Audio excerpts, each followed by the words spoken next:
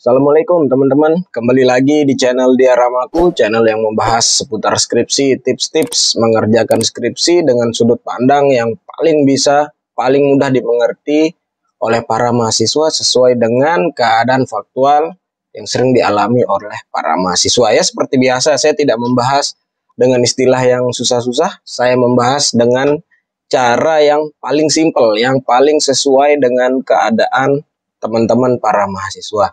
Kali ini saya akan mereview ya skripsi kiriman dari salah satu teman kita yang ada di Jakarta, kuliahnya di Jakarta ya. Kuliahnya di Jakarta di salah satu universitas negeri yang ada di Jakarta ya, tapi kita tidak usah sebut nama kampusnya. Nama teman kita ini Ilma ya, Ilma. Jadi Ilma sudah mengirimkan proposalnya.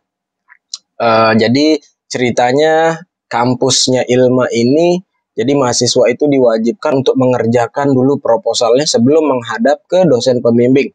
Jadi supaya Ilma, mungkin juga teman-teman yang lain yang mengalami kasus yang sama, supaya lebih pede saat konsul atau saat menghadap ke dosen pembimbing, insya Allah saya akan bantu memperbaiki ya. Kalau ada yang perlu diperbaiki, saya kasih masukan ya, supaya nanti Ilma dan teman-temannya lebih pede, lebih mantap menghadap ke dosen pembimbing.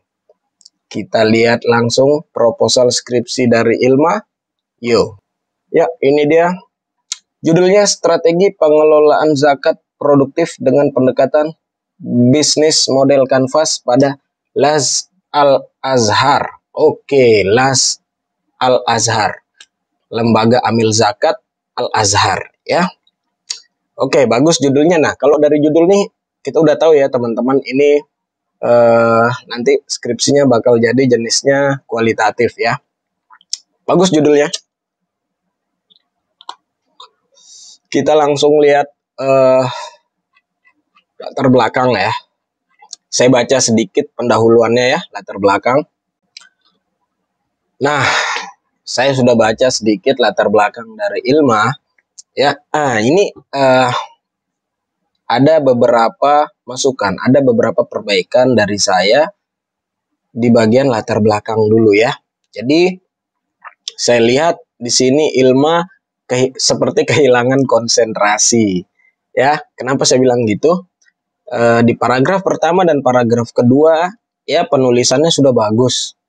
Jadi ada penyambungnya antara kalimat pertama antara paragraf pertama dan paragraf kedua ya. Seperti yang saya bilang dalam video-video saya sebelumnya, untuk menyambung antar paragraf-paragraf itu harus pembahasannya dikasih jembatan. Contoh, di sini Ilma membahas kalimat terakhirnya membahas masalah kemiskinan, dan pembuka di paragraf keduanya masih membahas kemiskinan. Nah, ini bagus. Tapi ke bawah-bawah sini Ilma sudah mulai sepertinya kehilangan konsentrasi.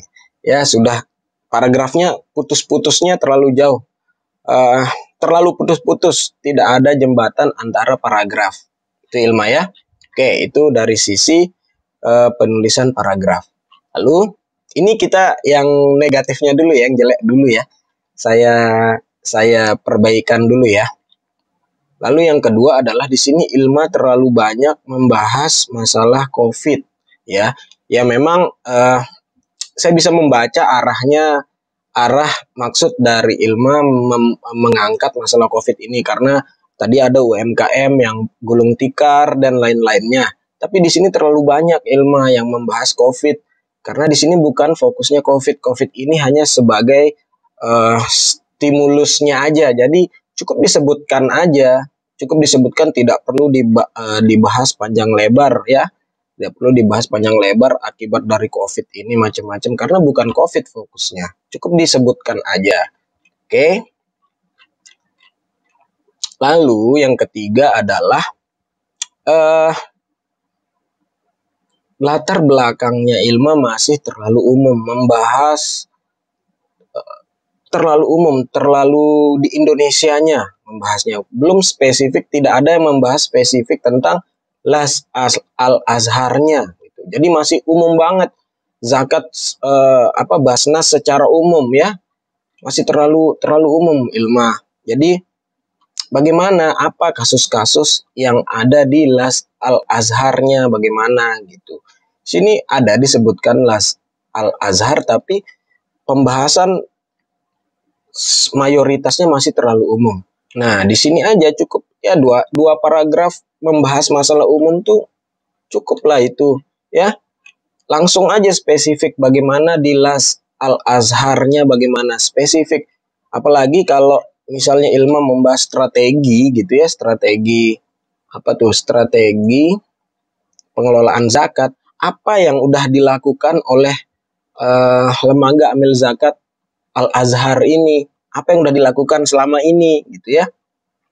Kan misalnya nih kalau tadi Ilma udah ngangkat masalah COVID.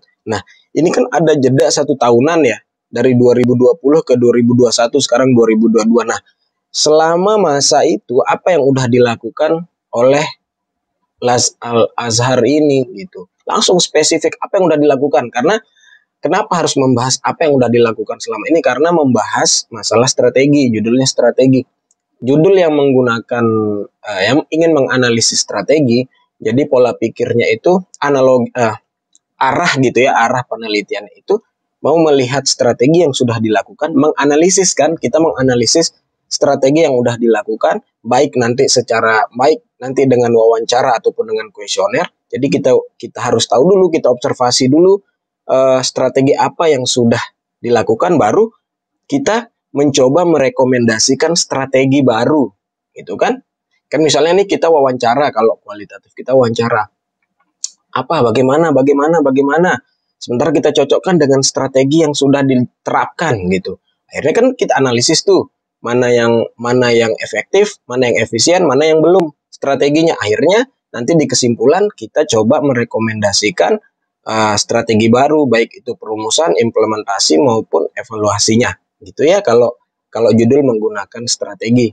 Sekarang positifnya adalah data Ilma ini sudah lengkap ya. Membahas masalah kemiskinan, penduduk miskin, karena zakat kental dengan penduduk miskin ya, fakir, miskin, dan macam-macam pihak-pihak yang berhak menerima zakat. Nah, ini bagus ya, datanya lengkap, ada sumbernya, sudah dijelaskan ya, mana yang paling banyak, lalu ada lagi data tadi ya, UMKM menutup usaha secara temporer atau permanen ya, ada juga sumbernya, bagus banget sumbernya, terbaru gitu kan. Oke, itu sisi positifnya, itu bagusnya, nilai plusnya dari latar belakangnya Ilma ya. Nah, selanjutnya yang kurang dari latar belakang ini adalah belum ada kajian teoritis yang berfungsi sebagai riset gap atau rekomendasi.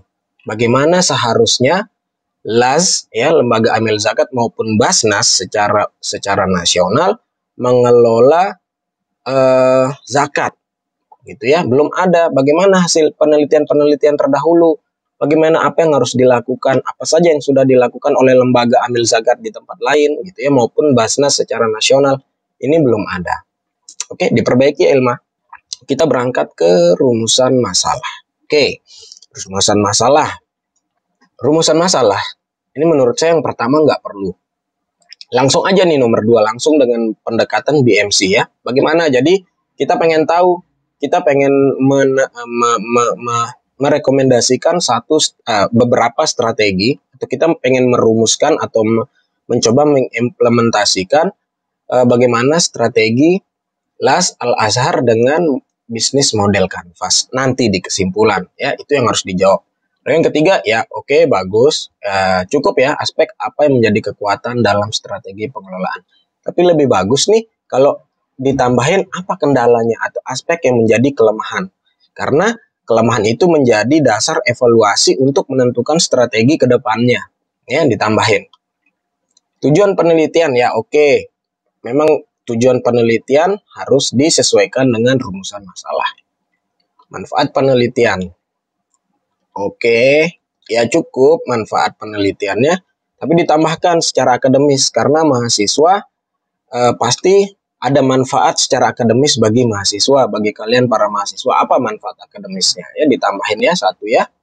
Oke. Nah, yang belum ada di bagian pendahuluan di bab 1 ini, yang belum ada adalah poin atau subbab, judul subbabnya batasan penelitian, ruang lingkup. Tapi mungkin nanti dibahas di tempat lain ya, di nomor lain, di bab lain, ruang lingkup atau batasan penelitian. Lalu belum ada yang menyatakan keaslian penelitian. Oke. Nah, supaya Ilma gampang menyusun latar belakang seperti perbaikan yang saya sampaikan tadi, di sini belum ada identifikasi masalah, subbab identifikasi masalah. Jadi Ilma coba lihat video saya tentang identifikasi masalah, bagaimana itu memudahkan kita dalam menyusun latar belakang, ya. Jadi harus dipahami identifikasi masalah. Ada masalah apa aja di Las Al-Azhar selama ini gitu. Ada fenomena apa yang terjadi di Las Al-Azhar atau secara umum tentang pengelolaan zakat secara nasional, ada fenomena apa. Jadi dibuatkan identifikasi masalah ya. Kita berangkat ke bagian bab 2. Tinjauan pustaka. Oke, bagian landasan teori. Kalau saya lihat subbabnya sudah lengkap, sudah cukup bagian-bagian subbabnya, judul-judul, konsep-konsep apa saja yang harus dibahas. Tapi karena fokus utamanya strategi ya, fokus utama di judulnya itu tadi strategi, jadi menurut saya nih pembahasan atau teori tentang strategi masih sangat kurang. Ya, di sini hanya berapa nih? Hanya 4 atau 3 paragraf. Jadi kurang ya pembahasan tentang strategi. Karena gini, apapun pembahasannya gitu ya, mungkin pengelolaan zakat atau pemasaran atau tentang apa namanya strategi, ya tetap strategi yang kita lihat gitu. Bagaimana strateginya, apa saja yang harus dilakukan dalam konsep strategi gitu ya. Nah, apalagi kalau judulnya strategi pengelolaan gitu kan. Pengelolaan itu kan manajemen gitu ya. Jadi teori manajemen strategi bagaimana gitu. Manajemen mungkin pengelolaan keuangan, pengelolaan zakat, pengelolaan operasional, pengelolaan marketing, pemasaran, pengelolaan apa. Jadi manajemennya, pengelolaan kan manajemen ya. Jadi manajemen strategi itu bagaimana konsepnya. Itu yang belum ada ya. Cuma ditambahin nih konsep strateginya, karena ini adalah konsep besarnya. Kalau dari subbabnya ini sudah lengkap ya, sudah cukup, tapi konsep besarnya tadi yang harus ditambah. Nah, di sini juga sudah membahas masalah bisnis model kanvasnya ya, konsep-konsep bisnis model kanvasnya sudah ada. Ini gambar bagaimana dan masing-masing konsep di dalam atau elemen di dalam bisnis model kanvas sudah dijelaskan. Saya lihat di sini grand teori yang digunakan adalah Osterwalder dan Pigner. Ini sudah saya lihat sudah sama di masing-masing elemen dari BMC ya. Udah lumayan, udah bagus.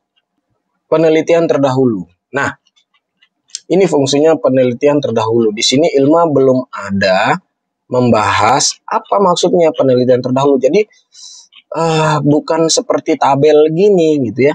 Tabel ini fungsinya adalah meringkas penjelasan. Jadi harus dijelaskan dulu, dibahas dulu. Misal contoh penelitian oleh ini ya. Misalnya penelitian oleh ini. Mereka melihat apa, ada permasalahan apa, dijelaskan di situ, dibaca penelitiannya ini. Mereka ada permasalahan apa tentang strategi menghimpun zakat di mana nih? Masalah bisnis di mana ya? Jadi apa permasalahan tentang menghimpun zakat dengan pendekatan BMC ini? Itu dibahas dulu, diuraikan gitu, diuraikan. Apa permasalahannya? Bagaimana alat analisis data apa yang digunakan? Gitu. Lalu hasilnya bagaimana? Itu. Begitu juga dengan peneliti-peneliti selanjutnya. Dijelaskan dulu, diuraikan dulu, dibahas. Barulah maksudnya tabel di sini maksudnya adalah untuk meringkas. Jadi ringkasan dari penjelasan itu. Nah, kalau misalnya Ilma langsung buat tabel begini, kalau perspektif pembaca, kita sebagai pembaca nggak ngerti nih apa ini maksudnya. Kayak gitu kan. Jadi tetap harus diuraikan dulu. Oke, barulah dibuat. Dan penulisan penulisan tahun harus dari tahun yang terbaru dulu. Diurutkan dari tahun terbaru baru tahun yang paling lama ya. Misalnya 2020 yang paling baru nih, 2021, berarti 2021 yang paling atas, yang paling pertama dibahas. Oke. Kerangka penelitian. Kita menggunakan kerangka pemikiran. Oke, bagus. Udah benar nih. Gambarnya udah benar ya. Strategi pengelolaan zakat melalui BMC. Ini elemen-elemen dari BMC. Lalu analisa dengan software. Lalu kesimpulan dan saran. Nah, ini kerangka pemikirannya sudah lumayan bagus. Oke. Metode penelitian bab 3. Nah, ini ruang lingkup tadi yang saya bilang ya di bab 1 batasan penelitian. Bagus ya. Sudah dijelaskan di sini menggunakan pendekatan kualitatif ya. Kualitatifnya dengan jenis deskripsi. Tapi diperbaiki sedikit kata-katanya di sini ya. Menggunakan jenis penelitian deskriptif. Ditambahin aja penelitian di sini ditambahin aja penelitian kualitatif. Ini menggunakan jenis penelitian deskriptif supaya lebih jelas kualitatif deskriptif. Sumber data. Ini sumber datanya Ilma. Jadi ini diperbaiki. Jadi data primer adalah data utama yang kamu dapatkan, yang kamu gunakan gitu untuk menganalisis datanya. Gitu ya. Nanti kan ada analisis data menggunakan software ya tadi ya. Nah, data primer maksudnya data utama yang kamu gunakan sebagai acuan. Data sekunder adalah data pendukung, gitu ya. Kalau kita lihat isi dari data sekunder, ya, data sekunder bersumber dari beberapa penelitian kepustakaan, buku, jurnal, website, sumber tertulis lainnya. Ini semua, poin semua ini adalah termasuk ke dalam dokumentasi, Ilma. Ya, ini semua termasuk ke dalam dokumentasi. Tapi di sini dokumentasi masuk ke data primer. Ngerti enggak bedanya? Jadi simpelnya, gampangnya adalah data primer itu data utama. Misalnya kalau kamu kualitatif ya, data primermu, data utamamu kan dapat dari mana? Dari salah satu metode pengumpulan data ini, wawancara, dokumentasi atau observasi. Kalau saya lihat di sini kamu sumber data utamanya atau data primernya harusnya hanya wawancara aja yang didapat melalui informan. Gitu ya, barulah data sekunder, data pendukung melalui dokumentasi yang kamu jelaskan dokumentasinya dokumentasinya berupa apa aja ya, 5 poin ini. Lalu data pendukung juga observasi. Metode pengumpulan data wawancara. Pada penelitian wawancara dilakukan oleh penulis secara langsung dengan pihak internal Al-Azhar. Nah, data informan. Oke, wawancara benar. Tapi maksudnya ini, data informan. Atas dasar apa Ilma menentukan bahwa pihak yang bernama ini dengan jabatan ini pantas menjadi informannya? Itu yang pertama, ya. Teknik sampling atau teknik penentuan informannya Ilma harus dijelaskan. Di sini belum ada, ya. Atas dasar apa yang pertama dulu? Kok bisa? Kenapa Ilma memilih ini? Gitu. Kenapa? Kok Ilma memilih orang di bagian ini? Nah, atas dasar apa? Teknik samplingnya atau teknik penentuan informannya apa? Kenapa? Ya, itu yang pertama. Lalu untuk wawancara, kalau untuk kualitatif tidak bisa kita hanya wawancara satu orang aja. Memang ada istilah namanya istilah key informant. Ya, key informant itu bisa satu atau bisa dua sebagai bisa satu atau bisa dua orang sebagai informan kunci. Tapi kita tidak bisa semata-mata hanya mempercayai satu atau dua orang itu. Kita harus membandingkan datanya, apakah benar gitu ya. Istilahnya kita triangulasi datanya gitu. Apakah benar yang disebutkan pihak ini atau pihak yang kedua itu apakah benar, apakah sesuai. Kita bandingkan dengan orang lain yang kita wawancara gitu, atau kita bandingkan dengan pegawai, kita bandingkan dengan penerima zakat, kita bandingkan dengan masyarakat mungkin gitu. Apakah sesuai yang disebutkan oleh pihak ini, sehingga kalau sudah sesuai, sehingga kredibilitas dari data kita di bagian kesimpulan kita itu sudah tinggi, kredibel dan validnya sudah bisa dipertanggungjawabkan. Kalau hanya satu orang, ini belum bisa dipertanggungjawabkan karena belum ada perbandingan data gitu. bisa saja pihak yang kita wawancara itu kan berbohong, bisa saja untuk menutupi internal macam-macam. Makanya kita butuh perbandingan, jawaban perbandingan. Ya, misalnya kita tanya temen, menurut menurut kamu aku cantik nggak? Misalnya, karena dia temen kamu, ya dia bilang dong kamu cantik gitu kan. Tapi kita tidak bisa semata-mata mempercayai dia. Kita harus tanya orang lain, misalnya orang yang tidak kenal kita gitu. Menurut kamu aku cantik nggak? Misalnya gitu. Lah menurut dia kamu tidak cantik misalnya. Jadi kan udah jawabannya udah beda tuh. Kita harus cari lagi orang-orang lain untuk menilai gitu. Kita cari lagi orang lain sampai jawabannya itu memang mayoritas menerangkan atau mayoritas menjawab kita cantik, baru bisa kita ambil kesimpulan bahwa kita cantik gitu. Itu maksudnya dari pemilihan informan. Tapi harus melewati tahap teknik sampling. Apa teknik sampling? Dalam kualitatif yang Ilma pilih. Observasi, dokumentasi, metode, analisis data. Tahap-tahapnya ini ya.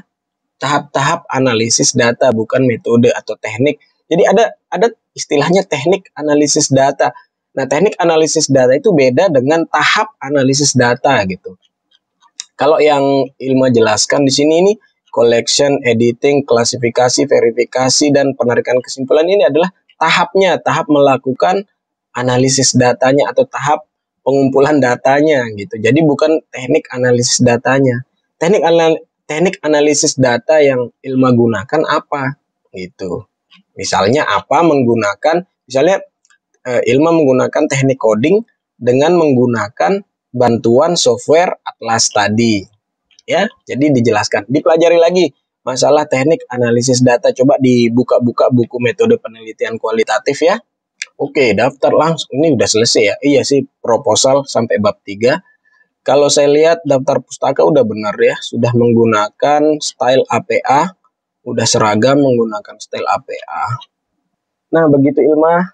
Teman-teman yang melihat review dari proposal skripsi ini proposal skripsi ya memang namanya proposal, apalagi belum pernah ketemu dosen pembimbing ya wajar, masih banyak perbaikan-perbaikan yang harus dilakukan. Tapi overall di sini sudah bagus ya, isinya, komposisinya sudah pas, sudah bagus. Cuman memang ada beberapa yang harus ditambah dan ada beberapa yang harus dimodifikasi sedikit.